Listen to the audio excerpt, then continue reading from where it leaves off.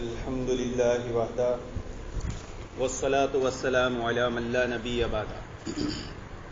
قال حدثنا يحيى بن يوسف قال أخبرنا أبو بكر يحيى بن عياش عن أبي حسين عن أبي صالح عن أبي هريرة رضي الله عنه عن النبي صلى الله عليه وسلم قال تعيس عبد الدينار والدرهم والقطيفة والخميسة ان اوتیا رضیا وان لم یوتا لم یردا. رواہ بخاری.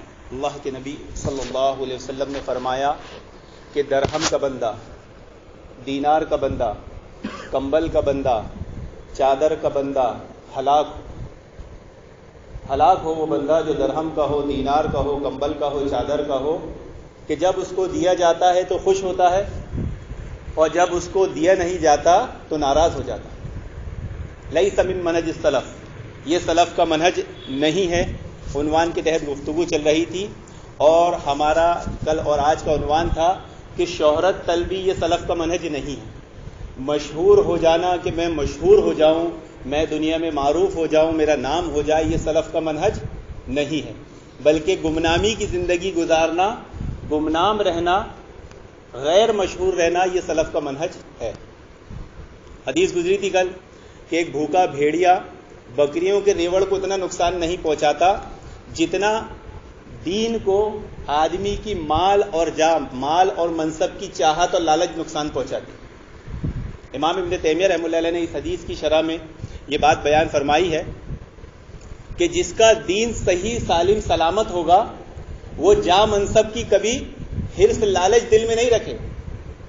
جا مال منصب مل جانا الگ مسئلہ ہے اور اس کی چاہ، اس کی خواہش رکھنا یہ الگ مسئلہ ہے. تو جس کے دل میں لالچ طلب ہوگی اس کا دین درست نہیں ہے، اور جس کا دین درست ہوگا اس کے دل میں مال اور منصب کی لالچ کبھی نہیں ہوگی. کیوں؟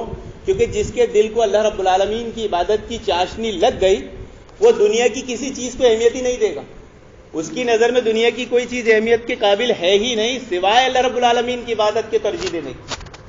اور ایک فائدہ امام ابن تیمیہ رحمۃ اللہ نے اس کا بتایا کہ جو مقام منصب کی چاہت نہیں رکھتا اس کو اللہ رب العالمین برائی اور گناہ سے بچا لیتا ہے. غیر مشہور ہونا، معروف ہونا، یعنی معروف کی چاہت نہیں رکھنا، غیر مشہور رہنا، شہرت طلبی نہیں رکھنے والا آپ دیکھیں گے زندگی میں برائیوں سے اور بے حیائی سے محفوظ رہتے. جو آدمی شہرت کی طلب رکھتا ہے وہ سب سے پہلے بے حیائی کے کام میں پھنسے گا، برائیوں میں پھنسے گا. میں نے ایک مثال دیا تھا، ویسے تو آج پورا زمانہ کلچر ہی ہمارا ہے، ہم کس کو بولے اور کس کو نہ بولے. ایک بچہ اگر اسکول کی اسٹڈی کر رہا ہے اور اچھا پڑھ رہا ہے اس کا بھی یہ خواہش ہے میرا نام ہو جائے. ایک بزنس مین اچھا بزنس کر رہا ہے، سکسیس پا رہا ہے، میرا نام ہو جائے مارکیٹ. دین کا آدمی کام کر رہا ہے، اچھا کر رہا ہے، اس میں بھی یہ خواہش ہے میرا نام ہو جائے. ہر جگہ شہرت طلبی ہمارے معاشرے سماج میں پائی جا رہی ہے. یہاں تک کہ نہ ہماری شادیاں اس سے محفوظ ہے نہ ہمارے جنازے اس سے محفوظ ہے. ہمارے جنازے میں اتنے لوگ آئے تھے، اتنے بڑے بڑے لوگ آئے تھے، ہر جگہ شہرت طلبی. سعد بن ابی وقاص رضی اللہ عنہ نے اپنے بیٹے کے سینے پر ہاتھ مار کے فرمایا، اس نے بیٹے نے کہا لوگ بادشاہت کے لیے لڑ رہے ہیں، خلافت کے لیے لڑ رہے ہیں اور ہم یہ بکریوں کے ریوڑ میں پڑے ہیں، آپ بکریوں کے باڑے میں پڑے ہیں اور ادھر نہیں جاتے. بیٹے کے سینے پہ ہاتھ مار کے فرمایا اللہ رب العالمین کو وہ بندہ محبوب ہے جو خوددار ہو، متقی ہو اور غیر مشہور. یعنی صحابہ اکرام اپنے آپ کو سامنے لانے کی جستجو کوشش کرتے ہی نہیں تھے. اور ایک ہم ہے کہ ہم پریزنٹیشن بس میرے کو پریزنٹ کر دو، مجھے آگے لے آؤ، تم کیسے آئے اسی میں پڑے ہو. یہاں پہ اس حدیث میں الخفی کا معنی امام نووی نے بیان فرمایا ہے. الخفی کہتے ہیں کہ بندہ اپنی عبادت میں لگا رہے اور کسی کی طرف توجہ نہ کرے. ایسے کتنے مصلیان مسجد میں ہوتے ہیں جو صرف اپنی عبادت تک محدود رہتے ہوں. بہت کم گنتی کے ایسے عبادت گزار آپ کو مل جائیں گے جو مساجد اور عبادت گاہوں میں آتے ہیں اور ان کا مقصود صرف اپنی عبادت ہوتا ہے اور عبادت کرتے ہوئے چلے جاتے ہیں. ایسے لوگ اللہ رب العالمین کے پسندیدہ بندے. شیخ عثیمین رحمہ اللہ نے فرمایا کہ کوئی بندہ، یعنی الخفی سے مراد کیا ہے؟ جو بندہ اپنے آپ کو لوگوں کے سامنے عیاں نہ کرے، وہ دل میں ارادہ نہ کرے کہ میں معروف ہو جاؤں، مشہور ہو جاؤں، لوگ میری طرف اشارہ کرے، لوگ میرا نام لے لے کر داد دے، بلکہ وہ گھر سے مسجد اور مسجد سے گھر جاتا ہو، اور جب وقت ملتا ہو اپنے بہن بھائیوں سے، اپنی فیملی والوں سے ملاقاتیں کرتا ہو. ایسا بندہ الخفی میں شمار ہوتا ہے. آپ دیکھیے ہمارے یہاں اخوانیت کا جو فتنہ پایا جاتا ہے، ان کا کام کیا ہوتا ہے؟ ان کو عبادت سے کوئی مطلب نہیں ہوتا، وہ عبادت کی طرف بالکل توجہ، وہ سنتوں کو ارے یہ تو اختلافی مسائل ہے، تو فروع مسائل ہے، اس میں مت پڑھو، اصولی باتوں میں بحث کریں گے اور اختلافات پیدا کریں گے. وہاں پر شہرت طلبی ہی پائی جاتی، یعنی دین کو بھی انہوں نے کیا بنا دیا؟ شہرت طلبی. اگر دین کا قیام، خلافت قائم ہو جائے گی، پوری دنیا میں اسلام پھیل جائے گا. خلافت قائم نہیں ہوگی تو دین اسلام نہیں پھیلے گا. اللہ کے نبی صلی اللہ علیہ وسلم نے کل بھی حدیث گزری تھی کہ اللہ تعالیٰ کے بعض بندے ایسے نیک ہوتے ہیں جو پھٹے پرانے کپڑوں میں ہوتے ہیں، ایسی شخصیت کے مالک ہوتے ہیں کہ کسی کے دروازے پر کھڑے ہو جائے تو ان کو کوئی پوچھنے والا نہیں، ان کو آگے بڑھا دے. اگر وہ کسی کی سفارش کرے تو کوئی ان کو سفارش قبول نہ کرے. لیکن ان کا مقام مرتبہ اللہ رب العالمین کے وہاں ایسا ہوتا ہے کہ وہ اللہ رب العالمین کو کسی کام کی قسم دے دے تو اللہ رب العالمین ان کی قسم پوری کر دے تو کام کر دیتا ہے. صحیح بخاری کی روایت ہے جسے بعض لوگ وسیلے کے طور پہ پیش کرتے ہیں. جب ہم کہتے ہیں کہ اپنے اور اللہ رب العالمین کے درمیان کسی مخلوق کا وسیلہ نہیں رکھنا چاہیے، اس کے جا مقام مرتبے کا وسیلہ نہیں رکھنا چاہیے، یہی مشرکین مکہ کا شرک تھا. تو بعض لوگ اس وسیلے کو صحیح ثابت کرنے کے لیے دلیل دیتے ہیں. اس دلیل میں وسیلے کی کہیں دلیل نہیں ہے.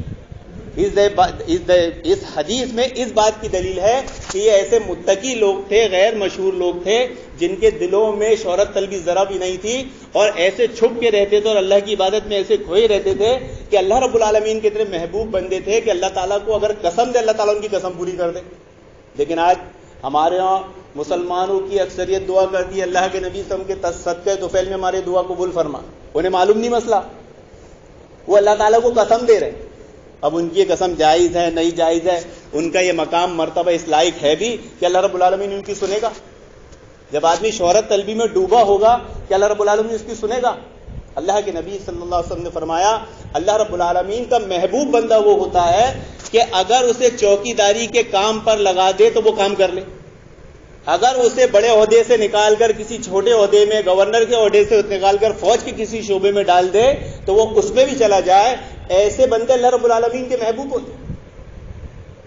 اور آج اگر مسجد میں کسی کو ذمہ داری دے دی جائے، امام صاحب کو کی طرح کوئی مسجد میں نہیں ہے بٹن بند کر دینا، انہیں اپنی تذلیل فیل ہوتی. اللہ کا گھر ہے، یہ کسی پرسنل پراپرٹی نہیں ہے، سب کی خدمت کا حق ہے.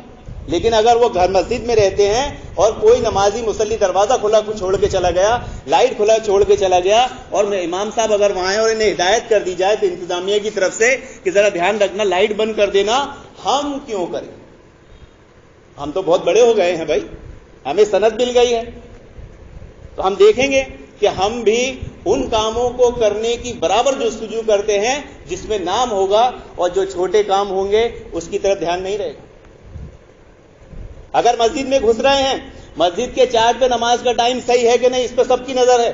مسجد کے گیٹ پہ کچرے کی بالٹی 8 دن سے پڑی ہے، کس کی نظر نہیں ہے؟ کیا ہو میں اس کچرے کی بالٹی کو پھینک کر اس اللہ کے گھر کو صاف کر دوں؟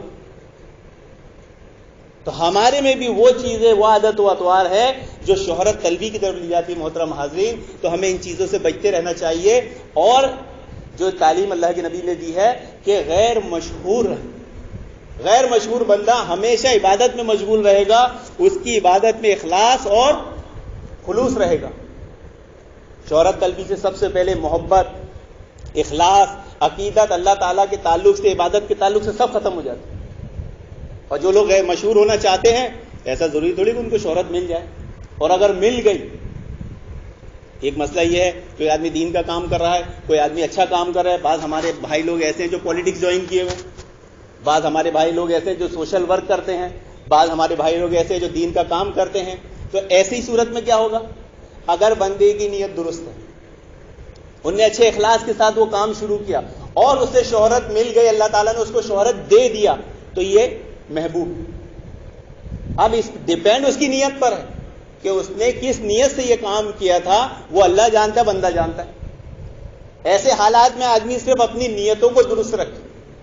میں قرآن پڑھ رہا ہوں, میں حافظہ کر رہا ہوں, میں اپنے بچے کا حافظہ کرا رہا ہوں, یہاں سب سے پہلے نیت کا درست ہونا بے حد ضروری ہے. نیت سے آدمی کی دینداری سب سے پہلے برباد ہوتی ہے. شہرت طلبی انسان کی دینداری کو ایسے کھا جاتی ہے جو بھوکا بھیڑیا نہیں کھاتا. تعیسا عبد الدینار, کہ ہلاک ہو دینار کا بندہ. تعیسا عبد الدرہم, ہلاک ہو درہم کا بندہ. تعیسا عبد الخطیفتی, ہلاک ہو کمبل کا بندہ. تعیسا عبد الخمیستی, ہلاک ہو چادر کا بندہ. اللہ کے نبی صلی اللہ علیہ وسلم نے اتنی خطرناک وحی سنائی ہے. اور یہ مسئلہ جو ہم میں غیر معروف ہے, اس کی وجہ یہ ہے کہ ہم منہج سلف سے محروم ہیں. منہج سلف کی اہمیت, منہج سلف کی برکت یہی ہے کہ انسان اگر منہج سلف اختیار کرے گا تو اس کی زندگی میں سب سے آسان اور بہترین چیز خوشگواری آئی. وہ ان گناہوں برائیوں سے بچے گا جس کی تباہ کاری کا اس کو علم نہیں ہے, اور یہی منہج اللہ رب العالمین کو مطلوب ہے. اس کے سوا کوئی منہج کو لائے گا قبول نہیں ہوگا. اور یہ منہج ایک ایسا منہج ہے جس میں ہر مسئلے میں کسی نہ کسی سلف کا آپ کو قول یا تو تائید میں مل جائے گا یا مخالفت میں مل جائے گا. تو کوئی مسئلہ اس منہج میں ایسا نہیں ہے جس میں انسان دلائل سے محروم ہو. تو اللہ رب العالمین سے دعا ہے کہ اللہ رب العالمین ہمیں منہج سلف سیکھنے سمجھنے اور شہرت طلبی سے بچائے, اور جو اللہ رب العالمین کے محبوب بندے ہیں ان خصوصیات اور صفات کا ہمیں مالک بنائے. آمین یا رب العالمین. وآخر دعوانا الحمد للہ رب العالمین.